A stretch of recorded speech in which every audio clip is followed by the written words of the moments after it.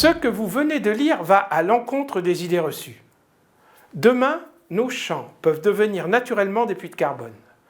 Dès maintenant, les entreprises soucieuses de compenser leurs émissions de gaz à effet de serre peuvent signer des contrats bas carbone au cœur des sols, labellisés par le ministère de l'Environnement. Il existe une agriculture qui stocke naturellement du carbone dans les sols. C'est l'agriculture de conservation des sols, une forme performante d'agroécologie. Pour bien comprendre, voyons ce que nous enseignent les conclusions du dernier rapport du GIEC. Les possibilités d'action sont nombreuses pour agir sur le réchauffement climatique et il les classe par ordre d'efficacité. Dans ce schéma, plus les barres horizontales sont longues, plus l'action sur ce levier est potentiellement efficace.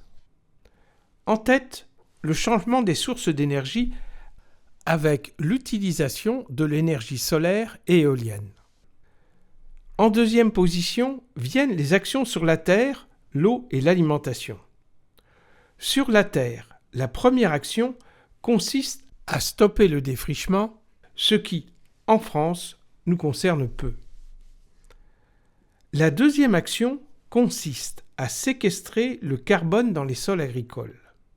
Comment peut-on y parvenir en France ? C'est l'objet de ce documentaire. L'équipe de la Grande Réconciliation avec la nature est partie sur le terrain pour voir de près une agriculture anti-réchauffement climatique. Nous nous rendons chez Diane Mazure, qui fait référence en matière d'agriculture bas carbone. Sa ferme se situe dans l'Aube, à Polizy, soit à une quarantaine de kilomètres au sud-est de Troyes.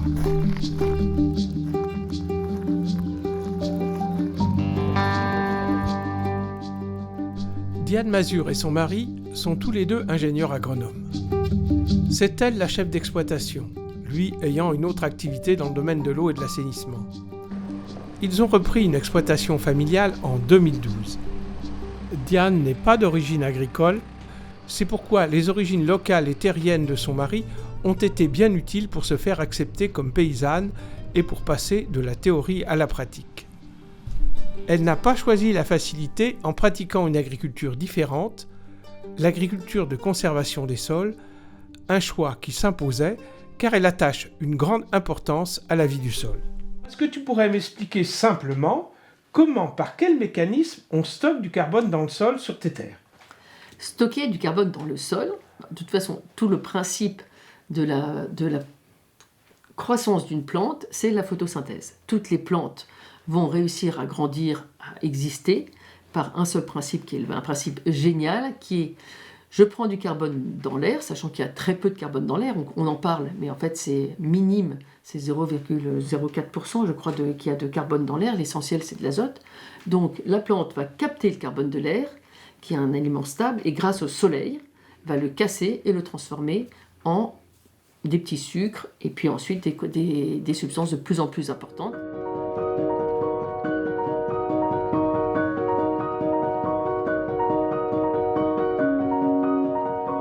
Comment peux-tu m'expliquer qu'en agriculture traditionnelle, on considère qu'on est émetteur de gaz à effet de serre et pas du tout stockeur ? Alors, attention, tous les agriculteurs utilisent la photosynthèse pour faire de la culture. Donc, quand vous avez une plante, elle a synthétisé du carbone dans ce qui va être retiré par la moisson, dans la plante qui est soit laissée au sol, rendue au sol, et à ce moment-là va rester dans le sol, ou sortie du sol, comme les pailles qui vont être amenées à l'élevage. Si l'élevage le resitue au sol, on reste toujours dans un bilan positif. Et ensuite, au niveau des racines, il y a également du carbone. La différence, donc ça, toutes les agricultures vont stocker du carbone, au moins dans leurs plantes, et vont en avoir au niveau des racines. La différence, c'est que l'agriculture de conservation des sols va, pendant la période après la culture, semer une nouvelle culture qui ne sert à rien a priori, qui ne sert que à nourrir le sol. Cette culture, entre deux cultures qu'on va récolter, va à nouveau stocker du carbone, et tout le carbone qui est stocké va être rendu au sol. On va détruire la culture et la laisser au sol pour augmenter le carbone du sol.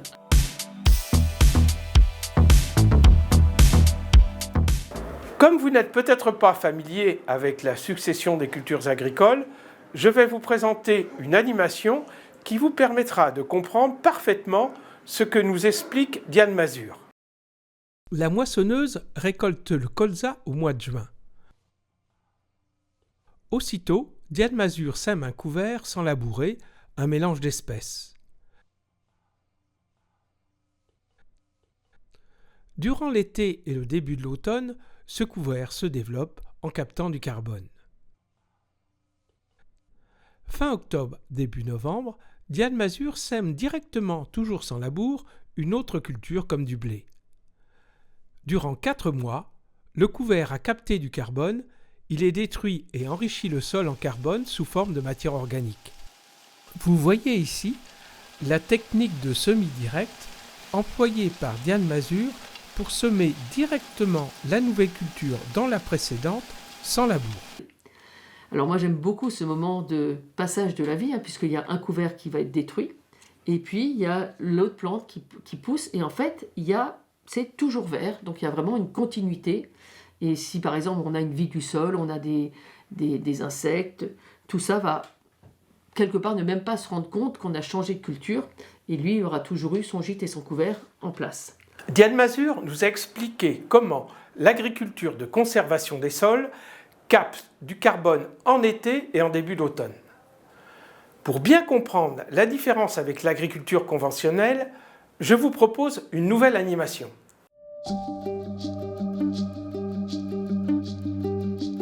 Rapidement après la récolte, on pratique un déchômage. Plus tard, quand les conditions climatiques sont favorables, on va ensuite labourer ce qui consomme de grosses quantités de gazole avec émission de gaz à effet de serre, mais aussi une action très négative sur la vie du sol. Ensuite, on procède à un nouveau passage d'outils pour préparer le lit de semences. Enfin, on pourra semer.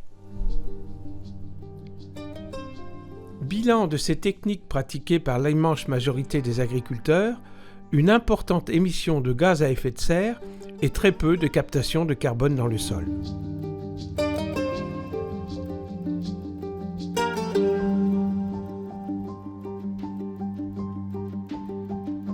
L'agriculture de conservation des sols, parce qu'elle ne travaille pas, le sol va consommer moins de gazole. Donc quelque part, on se dit, tiens, on consomme moins de gazole, donc on émet moins de CO2.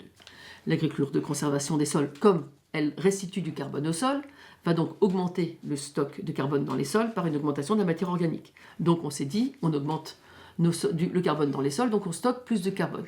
Donc il y a une certaine logique en se disant, cette agriculture de conservation des sols, elle permet en effet de diminuer le CO2 émis dans l'air et de stocker du carbone dans les sols. Donc c'est bien dans cette idée-là que la PAD a porté avec le label bas carbone une démarche en disant regardez, les agriculteurs en agriculture de conservation des sols ont bien une démarche qui permet de réduire les émissions et de stocker du carbone dans les sols, donc d'émettre des crédits carbone. Ces crédits carbone, donc c'est calculé avec la méthode qui est éditée par le ministère de l'Environnement. Ces crédits carbone sont calculés et ensuite peuvent être mis sur le marché volontaire de compensation carbone. Des entreprises peuvent dire « je souhaite compenser volontairement mes émissions carbone en achetant des crédits carbone ». Donc là, plein de résidus de la matière qui est déjà bien pourrie, bien détruite et prête à être déjà prédigérée et mangée par les vers de terre. Quel est le potentiel de captation de carbone par hectare ? Alors là, toute la bibliographie, de toute façon, dit qu'en agriculture de conservation des sols, on peut capter entre 1 à 3 tonnes de carbone par hectare et par an, donc ce qui est beaucoup. Alors je te repose une question, d'accord, elle capte ça, mais aussi elle consomme. Et voilà, et le problème, c'est qu'on émet des gaz à effet de serre par l'utilisation de tracteurs, et on se rend compte que finalement, même si on utilise beaucoup moins les tracteurs, c'est pas forcément là où est la grande différence. Ce qui émet le plus de gaz à effet de serre, c'est tout ce qui est fertilisation en azote, qui aujourd'hui, on compte dans le calcul, on compte la fabrication des fertilisants dans ce que consomme un agriculteur. On a une estimation de combien est-ce que chaque agriculteur va émettre de crédit carbone, donc en fait de réduction d'émissions de gaz à effet de serre ou de création de stockage dans les sols. Et on arrive à une moyenne de 1,6 tonnes par hectare et par an, donc c'est très bien, c'est-à-dire que chaque agriculteur, à minima, va générer des crédits carbone qui vont varier entre 0, mais je crois que ça va varier vers jusqu'à 6 tonnes par hectare et par an dans ces sols. Imaginons que cette technique soit appliquée sur toutes les terres labourables de France, soit environ 18 millions d'hectares. Cela permettrait de compenser en carbone chaque année les émissions de gaz à effet de serre des populations cumulées des villes de Lyon, Nantes et Bordeaux. Vous vous demandez sans doute pourquoi cette technique qui permet de participer à la lutte contre le réchauffement climatique n'est pas mieux promue par les pouvoirs publics. Elle se heurte aux habitudes de la profession qui se satisfait des techniques éprouvées de l'agriculture conventionnelle. Le passage à cette nouvelle forme d'agriculture s'accompagne d'un changement total de la façon de cultiver. Elle donne une grande place à la vie du sol et aux écosystèmes, toujours plus complexes à maîtriser que l'application basique de produits phytosanitaires. Cette forme d'agroécologie a pourtant beaucoup de mérites qui la feront un jour s'imposer. Elle participe à la lutte contre le réchauffement climatique. Elle permet de délivrer des produits au même prix que l'agriculture conventionnelle. Elle diminue fortement le temps de travail des agriculteurs et enfin, elle préserve la biodiversité.